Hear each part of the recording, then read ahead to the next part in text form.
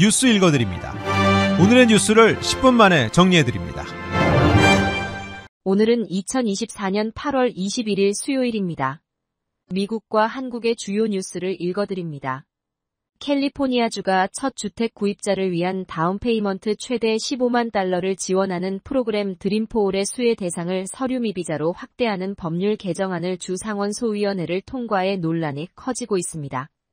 현재 주 상원 표결을 앞둔 이번 개정안은 영주권자 또는 시민권자에 국한됐던 신청 자격을 소셜번호 또는 개인 납세자 번호를 가진 불법 체류자로 넓히는 내용을 담고 있습니다.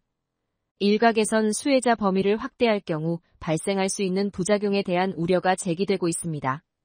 드림포울 프로그램이 경쟁이 치열한 만큼 접수 후 추첨에 뽑히는 확률이 10대 1에 가까워지면서 불법 체류자 수혜 대상이 확대되면 더 경쟁이 치열해질 것으로 예상되며 주 정부의 재정 적자에 부담이 커지면서 결국 혜택 축소로 이어질 수 있다는 우려가 나오고 있습니다.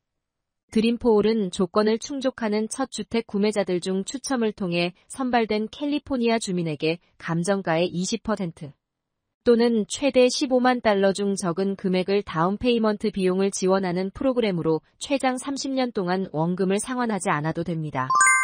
민주당 전당대회 이틀째인 어제 일리노이주 시카고의 유나이티드 센터 연단에 차례로 오른 오바마 전 대통령 부부가 카멀라 해리스 부통령에 대한 전폭적인 지지를 약속했습니다. 시카고가 정치적 고향인 오바마 전 대통령이 미 최초 흑인 대통령으로 당선된 2008년 대선의 구호였던 우리는 할 수 있다를 변주해 그녀는 할 수 있다고 외치자 대회장을 메운 2만여 명의 민주당원들도 화답했습니다. 오바마 전 대통령은 미국은 새로운 장으로 넘어갈 준비가 돼 있다. 카멀라 해리스 대통령을 위해 준비돼 있다고 말했습니다. 그러면서 이제 우리 모두가 미국을 위해 싸울 때라며 해리스 부통령의 당선을 위해 결집할 것을 촉구했습니다. 공화당의 도널드 트럼프 대선 후보가 이민자 범죄가 심각하다며 대선 승리 시 임기 첫날 대규모 이민자 추방 작전을 벌이겠다고 공언했습니다. 트럼프 전 대통령은 미시간주 디트로이트 유세에서 이민자 범죄라고 불리는 새로운 형태의 범죄가 있다면서 이들은 기존의 사악한 범죄들보다 아마도 더 사악한 범죄들일 것이라고 말했습니다.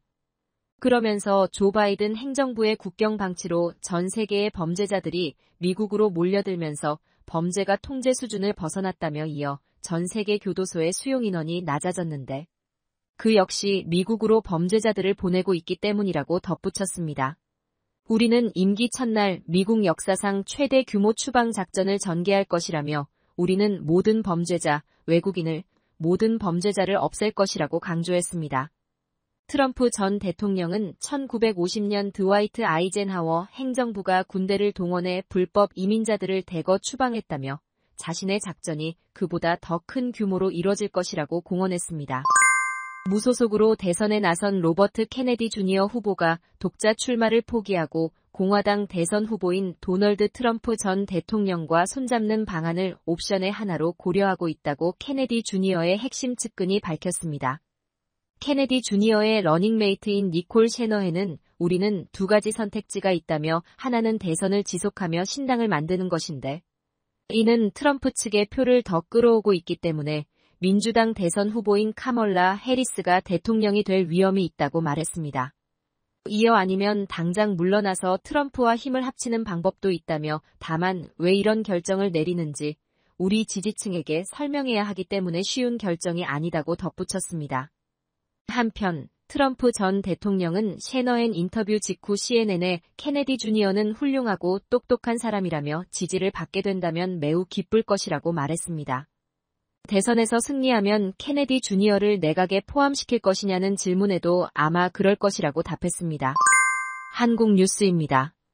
김건희 여사의 명품 가방 수수 의혹 사건을 수사하고 있는 검찰이 이 사건을 무혐의로 마무리하고 검찰총장에게 보고할 예정입니다.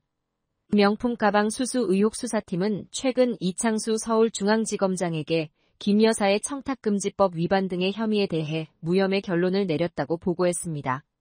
수사팀이 이런 결론을 내린 건 2022년 최재형 목사가 김 여사에게 디올 가방 등을 건넨 행위와 윤석열 대통령의 직무 사이에 관련성이 없다고 판단했기 때문입니다.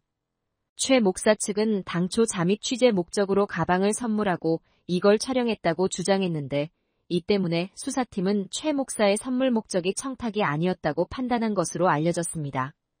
최 목사는 청탁을 인정하지 않은 걸 납득할 수 없다며 자신이 기소되는 걸 감수하고서라도 다시 판단을 받아보겠다며 수사심의위원회 소집을 요청하겠다고 밝혔습니다. 민주당은 엉터리 면죄부라며 강하게 비판했습니다. 국민의힘은 검찰 판단을 존중한다는 뜻을 밝혔습니다. 오는 25일 열리는 여야 대표 회담을 생중계하자는 한동훈 국민의힘 대표의 제안을 놓고 신경전이 이어지고 있습니다. 민주당은 중요한 건 생중계 여부가 아니라 안건을 좁혀서 오는 거라며 거듭 불쾌감을 드러냈습니다. 민주당은 대표 회담을 정치쇼로 만들려는 걸로밖에 이해되지 않는다면서 쇼가 아닌 민생 해결책을 논의하자고 비판했습니다. 의제를 둘러싼 기싸움도 이어졌습니다. 민주당은 오는 28일 국회 본회의에서 25만 원 민생지원금법 재표결을 예고하며 압박했고 국민의힘은 입으로만 먹사니즘을 외치고 있다며 행동으로 보이라고 맞받았습니다. 이런 신경전 속에 양당 비서실장 간 첫 실무 협의는 일정 문제로 이틀째 불발됐습니다.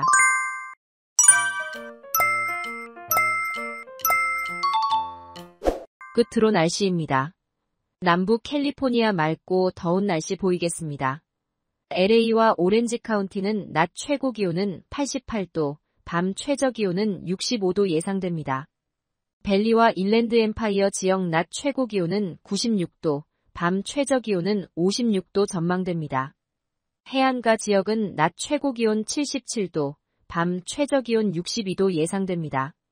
산간 지역 낮 최고 기온은 81도, 밤 최저 기온은 49도, 사막 지역은 낮 최고 기온은 99도, 밤 최저 기온은 57도 전망됩니다.